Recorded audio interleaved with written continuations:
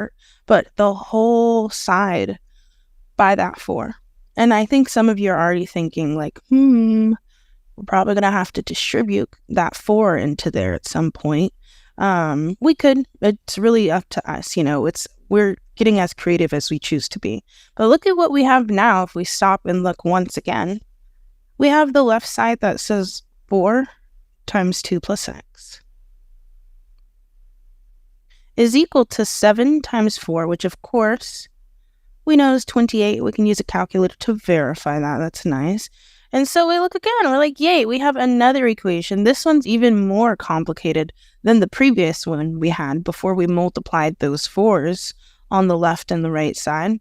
And so the point we're trying to get at here is that we can keep going and going and going, making the problems as complicated as we want. Do we want them to be complicated? That's the question. But we can go